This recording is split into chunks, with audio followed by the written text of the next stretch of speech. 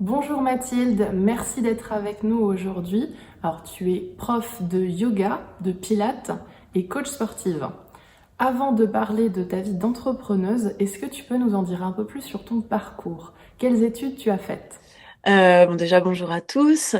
Moi, j'ai commencé, rien à voir au départ avec le sport. J'ai démarré avec une double licence en histoire et en histoire de l'art. Et ensuite, j'ai enchaîné avec un master recherche en histoire de l'art, architecture et patrimoine. J'ai fait une partie de mes études en Italie, à Rome, puisque en fait, mon sujet de recherche était un sujet italien, donc je devais être sur place pour les archives. Et je me préparais plutôt à une carrière universitaire puisque j'étais en train, en même temps que je faisais mon mémoire de master, je savais qu'en fait, ça allait être une partie de ma thèse. L'idée, moi, c'est que peut-être à la fin, j'aurais pu devenir enseignante-chercheuse voilà, et travailler toujours en tant que chercheuse à l'université. Voilà. Ça, c'est mes études à la base et je suis venue au yoga grâce en fait à une rencontre que j'ai fait à Strasbourg avec une personne qui s'appelle Deepak, qui est un Indien de New Delhi et qui avait le centre Shivananda de Strasbourg. Il tenait une école de Shivananda. Et en fait, moi, j'avais surtout étudié au départ le yoga par les textes, parce qu'à l'université de Strasbourg, on a une chaire d'histoire des religions. Et donc, pendant toute ma licence, enfin mes 2 licences, j'ai suivi, des cours d'histoire des religions et puis, quand j'étais en master, j'avais un module, d'histoire, des religions, mais spécialisé sur le bouddhisme indien et en travaillant, c'était à l'époque, c'était avec Guillaume Ducœur. Je crois qu'il enseigne encore à Strasbourg et il m'avait demandé, de travailler sur les Upanishads du yoga et donc en me mettant ce texte, dans les mains, finalement, c'est mon premier contact avec le yoga. Donc vraiment, c'était l'étude des textes, c'était l'étude de la Kundalini, donc toutes les explications dans les Upanishads qui concernent justement les souffles et les assises. Mais à l'époque, je ne faisais pas de yoga. Donc c'est vraiment, au départ, une approche très théorique, finalement, presque, un peu scientifique. Enfin, en yoga, c'est ce qu'on appelle le yoga de la connaissance, c'est Jnana Yoga, mais ça, je l'ai su par la suite. Et donc, quand je suis rentrée à Strasbourg pour soutenir mon mémoire, c'est là qu'après j'ai commencé le yoga, donc la pratique vraiment physique. Et c'est à ce moment-là que j'ai rencontré donc cet Indien, Deepak, qui m'a formée ensuite au yoga Shivananda. Et en fait, à ce moment-là, c'est là que j'ai fait les liens entre ce que j'avais lu dans les Upanishads et ce que je pratiquais avec lui. Et donc, les deux sont rassemblés. Et pour moi, ça a été un peu une révélation, si on peut dire. Ouais, c'est là où vraiment je me suis dit: «Ah ouais, en fait, c'est quelque chose le yoga, ça je le sens dans mon corps et je comprends ce qui se passe aussi» parce que, au niveau du souffle, j'avais compris théoriquement ce qui se passait et je le sentais dans mon corps, en fait. Voilà. Ok, bah c'est top, c'est hyper intéressant. En plus, on ne s'imagine pas que des études universitaires peuvent amener presque un lien logique vers le yoga. Et justement, ma prochaine question, c'est avec le recul, est-ce que tu trouves que tes études t'ont apporté quelque chose dans ta vie d'entrepreneuse? Études, étant donné que j'étais quand même dans une filière, de sciences humaines, donc pour l'entrepreneuriat, je vais pas dire que ça aide, vraiment. Après, là où ça m'a aidée, c'est que j'étais quand même en master recherche. Donc moi, j'ai tout l'aspect, recherche qui m'aide encore, dans ma pratique du yoga parce que la pratique du yoga, c'est pas juste une pratique physique, sur le tapis. Le yoga, c'est quand même une sagesse, c'est, un style de vie, c'est une philosophie, de vie. C'est des choses aussi qu'on applique au quotidien dans son comportement, dans ses attitudes qu'on peut avoir avec les autres, mais également, envers soi-même. Donc il y a toute cette partie-là qui moi me sert encore, l'aspect recherche, comment je ce que je vais lire comme texte, ce que je vais citer dans mes cours, je vais citer les sources, comment je vais construire aussi mes cours, ça m'a beaucoup aidée, en fait, il y a tout le côté très littéraire finalement, rédactionnel, comment on organise, sa pensée, son discours, que ça j'ai pu acquérir, grâce à mes études. Ça m'a donné une certaine rigueur, une certaine discipline et aussi une aisance, dans Dans l'écriture, hein, beaucoup. Ça, c'est dans l'écriture de mes textes et aussi de ma newsletter parce que tous les dimanches, j'écris une newsletter où je parle de la philosophie du yoga, où je parle de ma pratique, où je parle aussi de l'astrologie, puisque j'ai relié l'astrologie à mes cours. J'essaye de construire mes cours en fonction des phases de la Lune et des astres. Donc je dirais que de ce point de vue-là, mes études m'ont aidée. Après, tout ce qui est vraiment purement business, c'est-à-dire la comptabilité, la communication, même la gestion, l'aspect marketing, ça, clairement, c'est vraiment un métier à part. C'est des choses que j'ai appris sur le tard. En tout cas, en travaillant, en me mettant à mon compte, j'ai dû me former à d'autres choses, dont j'avais besoin, comme, voilà, j'ai dû apprendre à faire de la compta, apprendre, à faire de la com et je dis pas que pour le moment, je réussis à faire ça forcément, très bien. Enfin, avec les années, ça commence à s'optimiser, mais je pense que je pourrais encore améliorer, toutes ces parties-là, si vraiment, je me formais, pour de vrai quoi, dans ces secteurs-là. Quels ont été tes différents emplois avant d'être entrepreneuse? Et à quoi ça t'a servi? Qu'est-ce que ça t'a apporté pour ta vie d'entrepreneuse par la suite?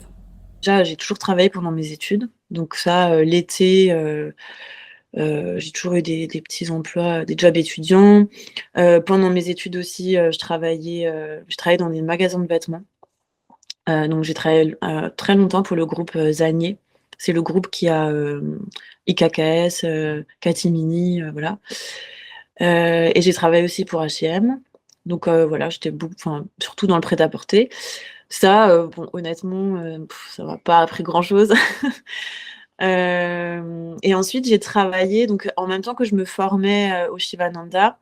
Donc c'était quand même une année, pour moi, de césure puisque, finalement, j'avais arrêté mes études universitaires pour, me former au yoga. Donc pendant cette année-là de transition, parce que ça a duré 1 an, ma formation de yoga, là, j'ai travaillé, en tant qu'assistant manager dans une chaîne de restaurants à Strasbourg qui s'appelle Pure et cetera. Je pense qu'ils doivent encore exister, je sais Ouais, plus. ouais.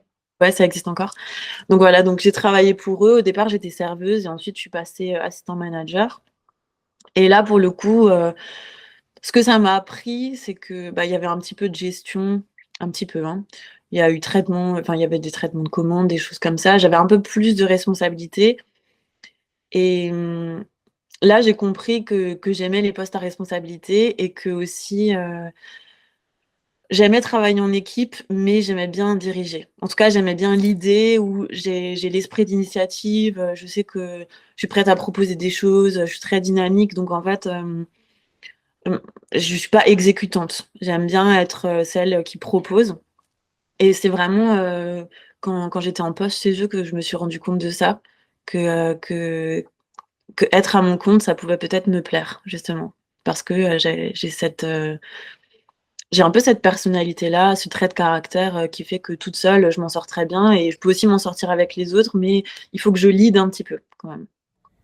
Quand as-tu décidé d'être à ton compte? Qu'est-ce qui t'a donné le déclic? Quel a été l'élément déclencheur? Qu'est-ce qui t'a motivé? À peine, donc j'avais terminé ma formation de Shivananda.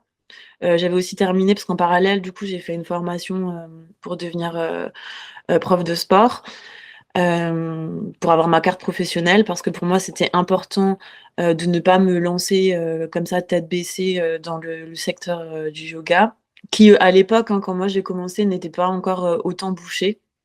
C'était encore assez ouvert et il y avait encore de la place pour tout le monde.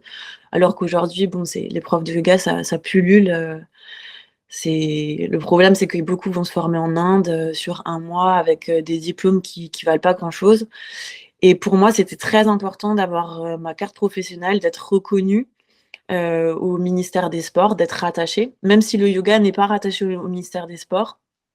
Parce que moi, je savais déjà que j'avais un autre projet qui se mettait en lien avec le yoga, c'était le pilates. Parce que j'ai toujours fait du pilates, enfin, j'en ai fait très jeune et je m'étais toujours dit, «Un jour, peut-être que j'enseignerai le pilates, mais à côté de mon travail», vraiment en tant que passion, et donc il me fallait ce diplôme de prof de sport pour pouvoir prétendre à des formations de pilates. Donc en même temps que je me suis formée au yoga, je me suis formée donc, au sport à l'encadrement de la pratique physique. Et donc, quand j'ai eu ces 2 diplômes, finalement, j'ai quasiment eu en même temps, à 1 mois d'intervalle, si je me souviens bien, j'ai monté mon auto-entreprise. Donc j'ai été diplômée, je crois que le dernier diplôme, je l'ai reçu en juillet, c'était en 2017 ou en 2016 et en août, j'ai ouvert mon auto-entreprise. Directement, je me suis inscrite, voilà. Dans le cadre de ton lancement d'activité ou par la suite, est-ce que tu as suivi des formations spécifiques, je sais pas, sur le marketing, des formations encore plus précises sur ton activité de yoga ou l'entrepreneuriat, la gestion? Est-ce que tu en as suivi à la base, au début, pour te lancer, t'aider à mieux comprendre tout ça, ou par la suite encore pour te spécialiser, monter en compétences? On peut dire que c'était de la formation parce que j'ai été ambassadrice pour la marque Baya qui a fermé là très récemment, qui a déposé le bilan, il me semble, il y a, je pense même pas 2 mois. Et donc, c'était une marque de yoga dont j'ai été ambassadrice pendant pas très longtemps. Dès mes débuts, en fait, j'étais ambassadrice pour eux. C'était une marque de tapis. Et donc, eux, en fait, pour les ambassadrices, ils organisaient des petites formations en interne. Donc, on a eu des formations marketing, des formations communication. On avait un groupe aussi WhatsApp avec toutes les ambassadrices où entre nous, on parlait. Ensuite, j'ai eu aussi des conseils d'autres personnes qui avaient déjà lancé leur activité depuis un moment. En observant aussi la concurrence, on comprend aussi comment les choses fonctionnent. Et après, c'est vrai que si j'ai acheté une formation, mais c'était vraiment une toute petite formation, ça m'a quasiment rien coûté, mais ça m'a beaucoup aidé. C'était Baya qui nous avait proposé ça. Ils avaient fait un partenariat avec une photographe qui s'appelle Delphine Joly, si je me trompe pas. Et donc, c'est une photographe qui est spécialisée dans la photographie de yoga. Et j'ai pris sa formation pour justement apprendre à se prendre en photo et à prendre en photo les postures de yoga, mais un peu différemment, en dehors, enfin, pas juste le fond blanc avec la posture, prise de profil. En fait, il y a plein de manières, il y a plein de prises de vue qui sont intéressantes. Et donc ça, c'était vraiment pour l'aspect, pour l'image, quoi. Ça, je l'ai fait pour Instagram, pour la communication. Voilà. Et donc et puis en plus, j'avais la chance à l'époque, puisque toi, tu avais l'école de photo, de pouvoir être shootée de temps en temps. Donc ça m'a beaucoup aidée, ça. Et c'est à ce moment-là hein, que je me suis vraiment intéressée à la photographie de yoga et que j'ai fait cette formation avec Delphine Joly. Alors, dis-nous tout. Qu'est-ce que tu aimes dans l'entrepreneuriat? Est-ce que tu es heureuse de ta vie professionnelle? Oui, je dirais que dans l'ensemble, je suis heureuse. Ça m'offre en tout cas une grande liberté d'un point de vue déjà de l'organisation de mon planning. Ça me permet aussi de travailler vraiment pour moi. Je sais que tout ce que je le fais pour moi. Je dirais que oui, dans l'ensemble, je suis assez contente. Après, là, depuis quand même, je dirais ça fait quand même quelques mois, là, je dirais 6 mois, que je me pose quand même la question à essayer de peut-être diversifier mon activité et de chercher des choses, un peu plus stables, en tout cas de générer beaucoup plus de revenus passifs. Parce que je sens qu'avec les années, ben, je commence à fatiguer, je donne beaucoup de cours par semaine, donc c'est quand même un travail physique. Même si j'essaie de plus en plus de m'économiser, dans mes cours et de plus diriger à la voix, guider à la voix que de montrer avec mon corps. Je sens que je suis très fatiguée et qu'aussi, par rapport au nombre d'heures que je donne, et de l'expertise aussi que maintenant j'ai acquis avec les années, je trouve que le tarif horaire dans les studios de yoga sont pas justes, par rapport, à ce qu'une prof de yoga, peut offrir, avec le nombre d'années, qu'elle a derrière elle. Autant je dirais, voilà, une prof qui sort, d'une formation de 1 mois en Inde ou en Thaïlande, elle, au début, elle veut se faire la main, ça lui dérange pas d'être payée, 35 € de l'heure. Moi, je sais que j'ai pas fait qu'une formation, j'ai d'autres, j'ai d'autres compétences à mon actif, donc mon tarif horaire, quand je le propose au studio, souvent on me fait les gros yeux, on me dit: «Ben non, en fait, parce que nous, on veut que tu sois aligné avec les autres» et moi je dis: «Ben non, en fait, moi j'ai de l'expérience, j'ai plein de formations et je pense que mes cours sont de qualité». Et aujourd'hui, je le vois, enfin, c'est sans prétention, mes cours à Marseille, j'ai beaucoup de salles, où mes cours sont pleins, quoi. Donc voilà, c'est pour ça qu'aujourd'hui, je me rends compte, que enfin, je me sens plus alignée, Enfin, en tout cas, j'ai l'impression de ne pas être payée suffisamment par rapport à ce que je peux donner en cours. Et du coup, je sens qu'il y a un déséquilibre. Donc aujourd'hui, j'aimerais générer plus de revenus passifs ou en tout cas être payée un peu plus. Et pour ça, il va falloir que je change des choses dans mon activité et que je travaille différemment. Donc plus développer, par exemple, les cours en entreprise ou les cours particuliers. Et aussi faire plus de retraites de yoga, plus d'ateliers. Là, la retraite, c'est mon gros projet 2023. Ah, c'est top ça. On a hâte de voir ça. En tout cas, la question suivante, c'était qu'est-ce que tu aimes moins? Donc, tu as pu y répondre. Donc après, en fait, c'est aussi cette idée d'évoluer, quoi. Donc, tu restes toujours à ton compte, mais comment grandir, gagner de l'argent sur ton expertise plutôt que voilà, genre les cours physiques que tu peux faire à longueur de semaine. C'est sûr qu'après, c'est une évolution que tu vas avoir qui sera hyper intéressante à suivre. Est-ce que tu as une anecdote que tu aimerais nous partager? Alors, les choses que je retiens en général, ça va être plutôt les choses un peu choquantes qui se passent en cours, des élèves qui vont te faire des trucs où des fois on se dit ok, bon, on n'a pas tous les mêmes codes sociaux. J'ai plus ça qui me vient en tête là, mais une anecdote, franchement, là je sèche un peu. À part des choses vraiment dingues, des gens par exemple. Du coup, c'est dingue, c'est une anecdote aussi. Ouais, alors bon, ça c'est vraiment le truc le plus choquant qui m'est arrivé, et c'était à Strasbourg. Bien qu'à Marseille, des fois j'ai aussi des choses un peu drôles, mais à Strasbourg, ça c'était vraiment au tout début de ma carrière. Je pense que ça faisait 2 ans que j'enseignais. Donc je laissais passer beaucoup de choses, parce qu'au début on n'ose pas trop s'imposer. Maintenant je sais que je suis une prof très exigeante. Je peux même des fois paraître un petit peu pas autoritaire non plus, je suis pas sévère, mais je sais que je drive mon cours parce que je sais maintenant identifier aussi les élèves qui vont être plus perturbateurs, entre guillemets. Hein. Parce que bon, les cours sont pas des cours magistraux, mais il y a des élèves qui typiquement à chaque posture ou à chaque exercice ont envie de faire un commentaire. Donc eux, je sais je les identifie tout de suite quand ils arrivent. Je sais un peu quel type de personnalité, parce qu'on apprend beaucoup sur l'humain quand on enseigne. C'est assez intéressant aussi au niveau de la pédagogie, parce qu'on se rend compte que tout le monde n'apprend pas de la même manière. Il y a vraiment des gens visuels, il y a des gens qui sont plus auditifs, il y a des gens qui sont plus kinesthésiques, il y a des gens qui ont besoin d'être touchés constamment, donc tout le temps ajustés, parce qu'ils n'ont pas cette proprioception de leur corps, donc la sensation du corps dans l'espace, ils l'ont pas. Et voilà. Et donc, un jour à Strasbourg, ça c'est le pire truc qu'on m'ait fait, hein. En plein cours de yoga, je me souviens, c'était une femme, elle avait laissé son téléphone, alors qu'aujourd'hui, moi, je n'accepte plus les téléphones dans les cours. Elle ne l'avait pas mis sur silencieux ni en mode avion. Donc le téléphone en plein cours, il sonne. Et moi, je me dis, bon, elle va l'éteindre, quoi. Et non, en plein cours, devant moi, elle prend son téléphone, elle était au premier rang en plus, hein, et elle a répondu au téléphone. Et elle me dit, ah là, je suis désolée. Elle s'est même pas excusée envers moi. Elle disait à la personne au téléphone, ah écoute, là, désolée, je suis à mon cours de yoga, je te rappelle plus tard. Et en fait, tous les élèves qui étaient autour, plus personne parlait, tout le monde était choqué et tout le monde attendait que moi je réagisse et que je dise quelque chose. Et moi-même, j'étais surprise. Je me suis dit, mais c'est quoi ce délire? Enfin, je veux dire, à quel moment elle s'est dit que c'était approprié de répondre à son téléphone? Et je me souviens que ça m'avait tellement choquée que j'avais rien dit, quoi.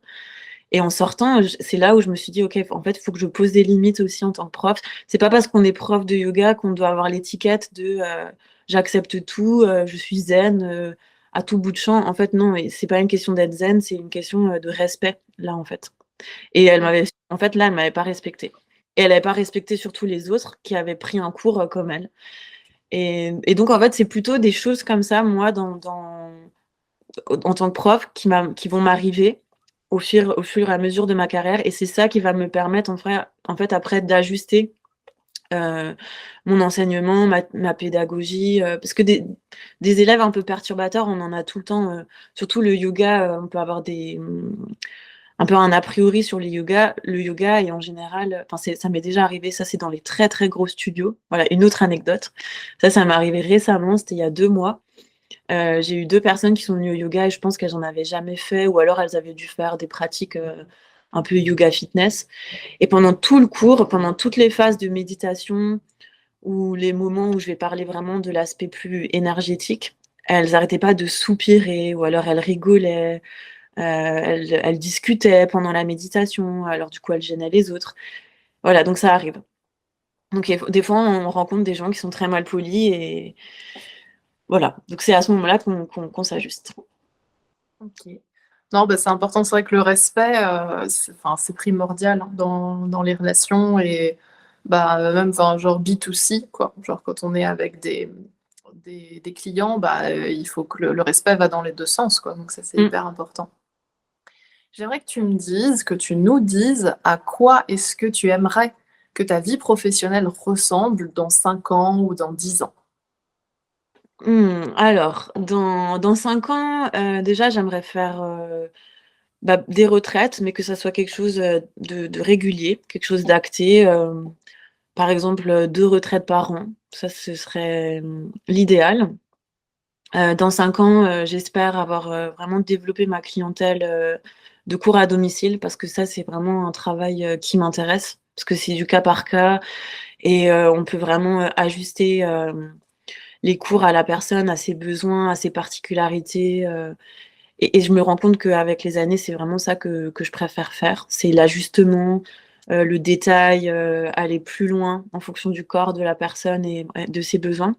Parce que faire des cours collectifs, voilà, c'est bien, mais il y a des fois, c'est un peu l'usine, quoi. Enfin, on a l'impression d'être un robot, on répète tout le temps les mêmes consignes et puis, ça brasse, juste des gens, beaucoup de gens consomment le cours, comme on consomme un peu tout aujourd'hui et des fois, on se sent un peu instrumentalisé en tant que prof de yoga, voilà, les gens viennent prendre leurs cours et puis partent, limite sans dire au revoir.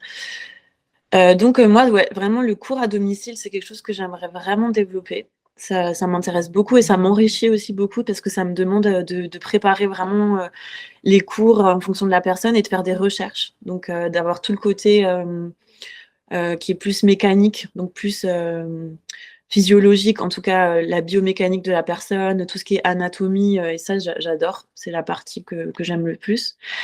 Et dans 10 ans, alors dans 10 ans, j'aimerais avoir, mon propre espace. Alors je veux pas ouvrir de studio de yoga, ça m'intéresse pas du tout parce que voilà, moi, ça fait un moment maintenant que je suis dans les studios de yoga et je vois comment ça se gère, je vois aussi les contraintes qui sont liées aux studios de yoga et c'est vraiment des choses que je veux pas gérer. Ça m'intéresse pas. Par contre, j'aimerais vraiment créer, ouais, mon espace où je vais accueillir des gens.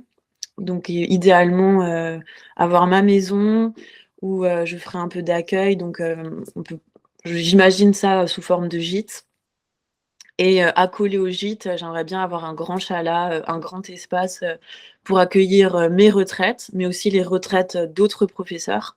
Donc faire venir en fait les gens chez moi et aussi accueillir des résidences d'artistes, donc des compagnies de danse, des compagnies, de théâtre, enfin voilà, plutôt résidence d'artistes. Ça me plairait. Donc ça ferait le lien aussi avec l'histoire de l'art et avec, mes études, que j'avais fait, au départ.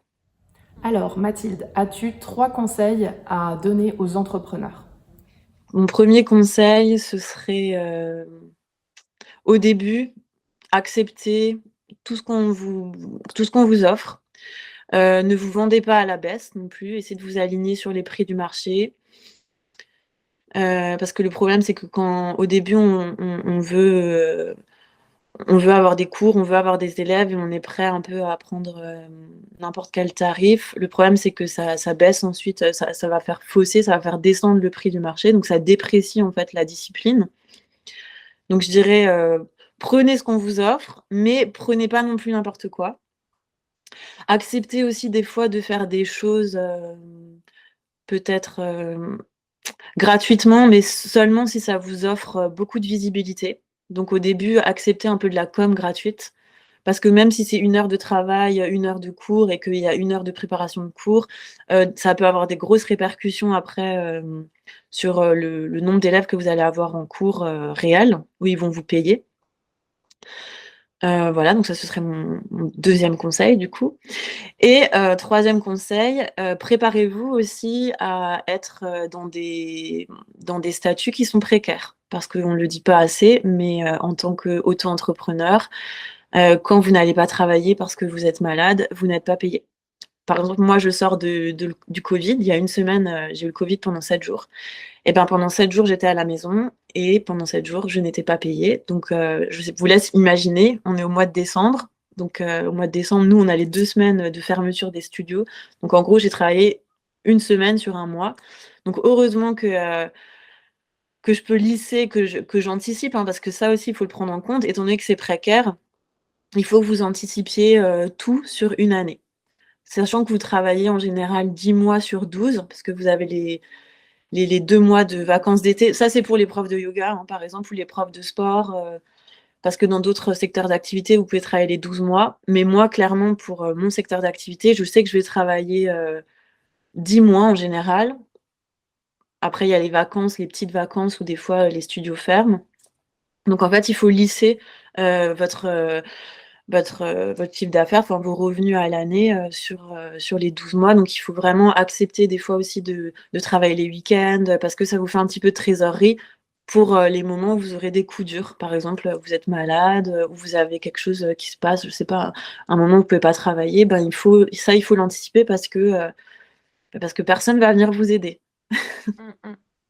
Sachant qu'après, même pour quelqu'un qui pourrait travailler 12 mois, Mmh, bah, il faut pas non plus trop charger la bête et du coup avoir des temps de repos. Donc, ça, justement, les temps de repos, c'est hyper important. Il faut vraiment équilibrer pour pas aller au burn-out et tout ça. Donc, il faut de toute façon avoir des temps de repos, mais comme tu dis, il faut anticiper pour que ces temps de repos ne soient pas stressants parce qu'on ne gagne pas d'argent. exactement. Il faut des temps de repos, peut-être Oui, pas oui. 2 mois sur l'année, mais il en faut quand même régulièrement et ça, c'est sûr qu'il faut anticiper. Ouais, non, mais complètement, même vos vacances, enfin, c'est vrai que moi, j'ai parlé que des moments où vous pouvez être malade ou avoir, des soucis, mais en fait, partir en vacances, c'est très important et quand on est auto-entrepreneur, souvent, on s'autorise pas, au début, à partir en vacances. Bah, parce qu'on se dit: «Voilà, si je pars en vacances, je vais pas être payé, nin, nin, nin». Donc voilà, prenez des vacances, mais faites-vous un budget. En fait, ça demande énormément d'organisation. Il faut être organisé, il faut, je pense avoir aussi une certaine, éducation financière. Donc ça, si on l'a de base, tant mieux et si on l'a pas, ben, formez-vous. En tout cas, il y a plein de comptes aujourd'hui d'Instagram, sur Instagram et aussi plein de personnes qui donnent des conseils, quand on n'a pas eu cette éducation financière pour, bah, justement s'organiser et avoir toujours un peu d'épargne de précaution. Donc ça, franchement, je vous invite à le faire parce qu'au début, moi, j'étais peut-être pas, je faisais peut-être pas assez attention, mais j'ai eu la chance d'être bien guidée, par mes parents, en tout cas d'avoir toujours, comment dire? Ouais, j'ai eu cette éducation en fait qui Mmh m'a mh. j'ai toujours mis un peu de sous de côté. Donc ça voilà, ça c'est important de l'avoir. Super. Bah oui, parce que moi, ce que je dis toujours, c'est faut être un bon technicien, donc le savoir-faire. Mmh. Faut être un bon vendeur, donc le relationnel, la fidélisation, le côté commercial et un bon gestionnaire et donc gestion du temps, gestion de l'argent, gestion de ses émotions, et cetera. Ah mais Les 3 complètement. les triptyques, Non mais c'est le fameux exactement triptyque. et puis en fait, ça nous demande d'avoir, même, enfin je veux dire, c'est comme si on exerçait, 3 métiers à la fois, quoi. Donc ça nous demande énormément de compétences, donc oui, tu as complètement raison, c'est ça. Merci beaucoup pour toutes tes réponses. Merci d'avoir participé à cette interview. Pour clôturer en beauté, une dernière question. Où est-ce qu'on peut te suivre, te retrouver, suivre ton actualité? Alors, vous pouvez me suivre, alors si vous êtes à Marseille, dans le sud de la France, j'enseigne, dans beaucoup de studios à Marseille. Donc là, il faut plutôt, pour trouver mon planning pour, me suivre parce que je bouge, tous les jours de salle.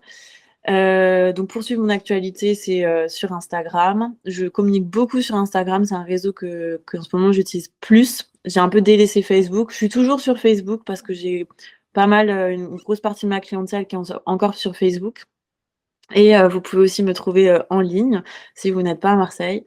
Je donne, chaque semaine, un cours en ligne. À partir du mois de janvier 2023, le cours en ligne sera le jeudi soir de 18h30 à 19h30 et c'est un cours, qui varie. Ça peut être du Yin Yoga, du Hatha, du Shivananda, de l'Ashtanga, du Vinyasa. Là, je fais vraiment en fonction, toujours des saisons, en fonction, des astres, de la lune et aussi, de l'énergie, que moi je peux avoir et surtout de l'énergie des élèves. Des fois, je le sens, ils sont pas prêts, ou en tout cas, voilà, on m'envoie des messages dans la semaine, on me dit: «Ah, je suis super fatiguée, j'aimerais trop un yin», et si j'ai plusieurs messages comme ça, je vais faire un yin pour contenter, tout le monde. Voilà et voilà donc sur les réseaux, Instagram, Facebook et en ligne. De toute façon, on mettra les liens et tout ça. Comme Mmh. ça, tout le monde Ouais. peut trouver facilement. Ouais, en tout cas, merci beaucoup pour tout. Merci à toi, Anne-Sophie. C'est toujours un Du plaisir de coup, discuter avec belle toi. journée. Oui, merci, à toi aussi. Bonne journée à tout le monde.